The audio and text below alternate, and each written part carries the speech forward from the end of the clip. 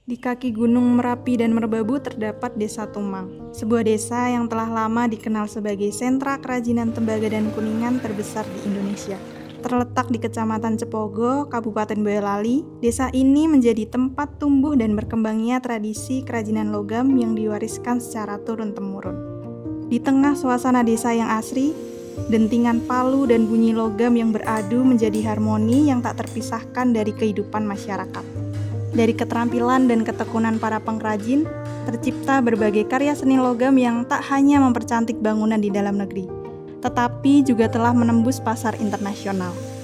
Kerajinan tembaga dan kuningan di Desa Tumang memiliki sejarah panjang yang berakar sejak Kerajaan Mataram. Keahlian mengolah logam diwariskan dari generasi ke generasi dan terus berkembang dari pembuatan peralatan rumah tangga sederhana menjadi berbagai karya seni bernilai tinggi, seperti vas bunga, patung, kap lampu, hingga kubah masjid. Perkembangan tersebut menjadikan Tumang sebagai salah satu sentra kerajinan logam terkemuka di Indonesia. Saat ini, industri kerajinan menjadi tulang punggung perekonomian desa dan melibatkan ribuan masyarakat dalam berbagai usaha kreatif. Berkat kualitas dan keterampilan para pengrajin, produk-produk Tumang telah digunakan dalam berbagai proyek arsitektur, tempat ibadah, hotel, dan hunian, serta berhasil menembus pasar internasional ke berbagai negara seperti Amerika Serikat, Australia, dan Jepang.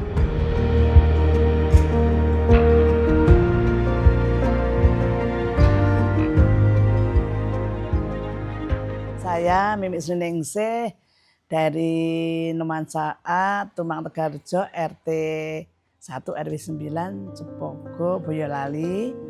Umur saya 52 tahun. Sejarah dari kerajinan Nuansaat ini pertama dari nenek moyang. Jadi usaha ini adalah usaha turun-temurun.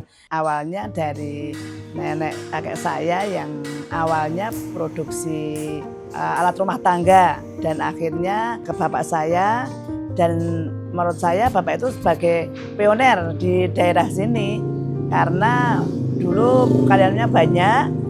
Terus lama-kelamaan saya berarti udah generasi ketiga. Terbentuknya Nuansaat ini sekitar tahun 2000. Tapi sebelumnya Nuansaat itu kita pakai nama dari tahun 97 itu namanya Tresna Galeri. Karena saya memilih untuk meneruskan kerajinan tembaga ini memang karena di sini tuh sentralnya. Jadi sayang kalau warisan nenek luhur itu tidak dikembangkan, dan padahal sekarang ini untuk kerajinan tembaga itu sudah mendunia ya. Walaupun dari desa yang terpencil, tapi alhamdulillah sudah dikenal ke mancanegara. Awal mulanya kalau Nuansaat ini dulu ini ya ada pertama dua orang masih ikut bapak. Terus kita sama-sama ya membiayai gitu, terus akhirnya jadi 5, jadi 10, dan pernah waktu kita ada proyek di Malaysia, Sarawak itu ini proyeknya itu kuda laut ya, mercusuar kuda laut itu karyawannya sempat 60, tapi sekarang tinggal 12 orang.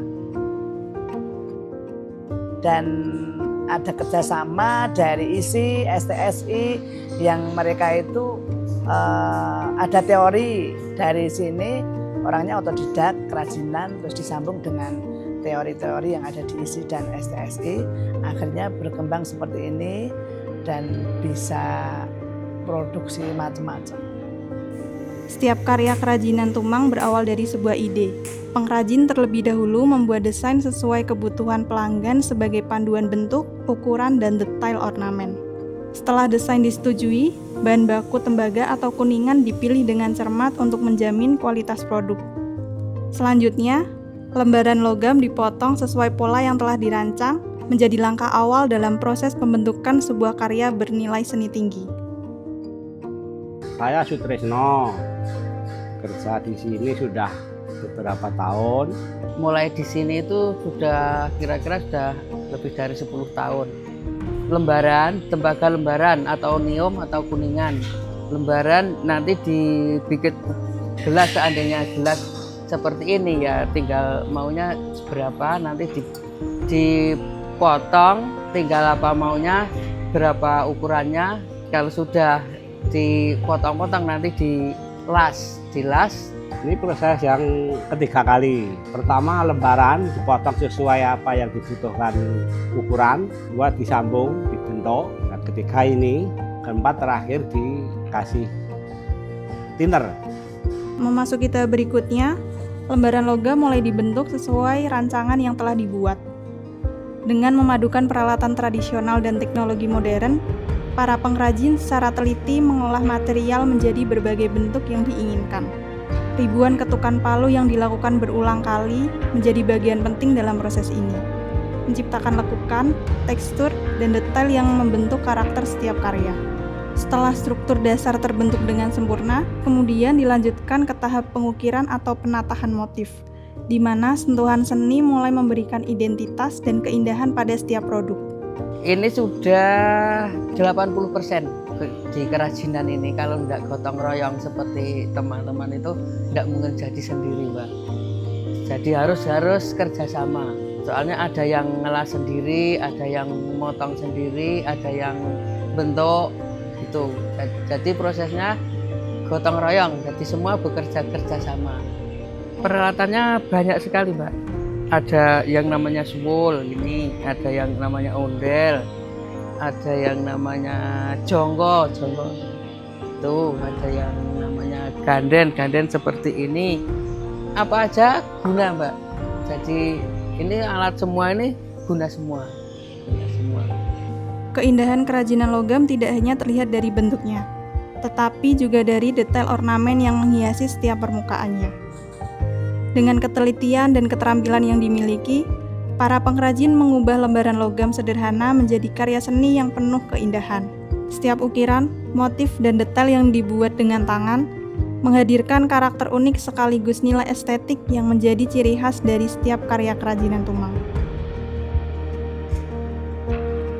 Setelah proses pembentukan dan pengukiran, setiap komponen kemudian dirakit menjadi satu kesatuan yang utuh. Dengan teknik pengelasan dan pengerjaan secara teliti, setiap bagian disatukan agar kokoh, presisi, dan sesuai dengan desain yang telah direncanakan. Selanjutnya, karya memasuki tahap finishing. Permukaan logam dibersihkan dan dihaluskan. Kemudian diberi lapisan pelindung serta pewarna sesuai kebutuhan. Kilau khas Tembaga dan Kuningan memancarkan kesan mewah dan elegan, sekaligus menonjolkan nilai seni yang menjadi ciri utama setiap karya kerajinan Tumang. Untuk bahan baku walaupun dolar naik, tapi kita tetap mengambil bahan itu impor. Walaupun pertama kalinya itu nenek moyang kita itu pakai bahan tembaga yang daur ulang. Jadi bahan tembaga dicor dan dibuat untuk alat rumah tangga. Tapi untuk sekarang kita tetap memilih barang impor karena untuk permintaannya itu macam-macam. Ada yang gede-gede, kalau bahan cor nggak bisa. Jadi kita tetap milih bahan impor. Bahannya itu dari Cina, Belanda, dan Eropa. Bagi masyarakat Tumang, kerajinan logam bukan hanya sekedar pekerjaan, melainkan bagian dari identitas dan kebanggaan desa. Industri kerajinan ini telah membuka lapangan pekerjaan bagi masyarakat sekitar dan menjadi salah satu penggerak utama perekonomian daerah. Sebetulnya kalau untuk pemasaran produk itu nggak ada kendala ya.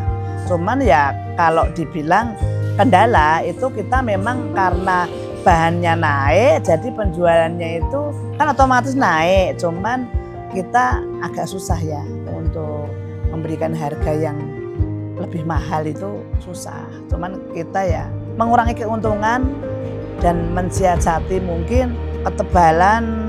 Kalau memang orangnya itu minta bahannya tembaga, itu kita tetap bahan tembaga, cuman kita memberikan solusi bahannya itu agak tipis. Di tengah perkembangan teknologi dan persaingan pasar global, para pengrajin terus berinovasi tanpa meninggalkan nilai-nilai tradisi yang menjadi ciri khas mereka. Untuk pemasarannya kita buka ya setiap hari dari jam 8 sampai malam karena kita bertempat di rumah, tokonya itu di rumah. Cuman kita tetap pemasaran dengan sosial media itu pakai Instagram, YouTube, Facebook, TikTok, dan yang paling mengena itu kita ini pemasaran dengan menjemput bola. Jadi kita pameran di mana-mana, di Jakarta, di Bandung, Semarang, Surabaya, Jogja, dan banyak lagi, ke Balikpapan dan sebagainya. Upaya regenerasi juga terus dilakukan.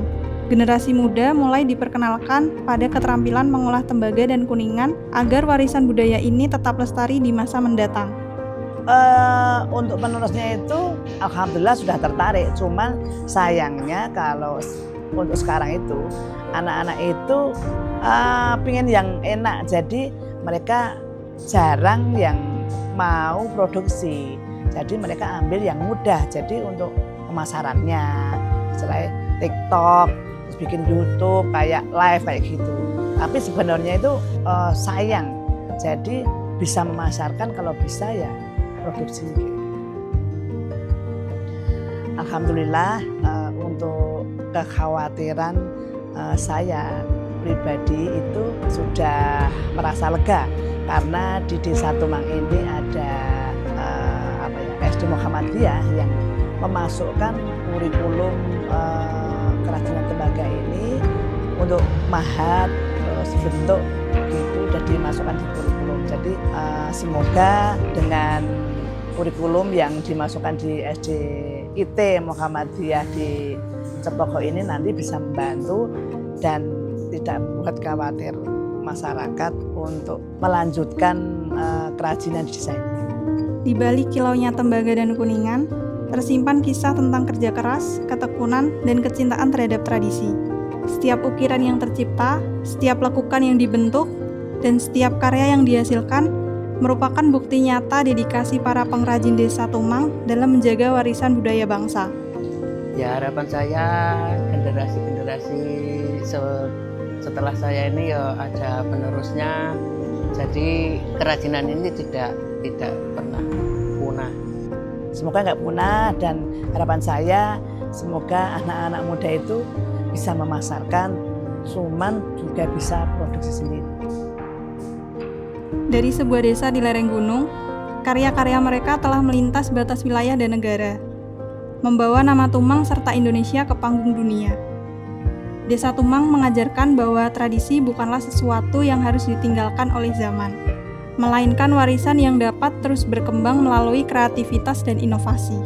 Selama dentingan palu masih terdengar di bengkel-bengkel kerja Desa Tumang, selama itu pula semangat para pengrajin akan terus hidup menjaga warisan budaya Indonesia untuk generasi yang akan datang.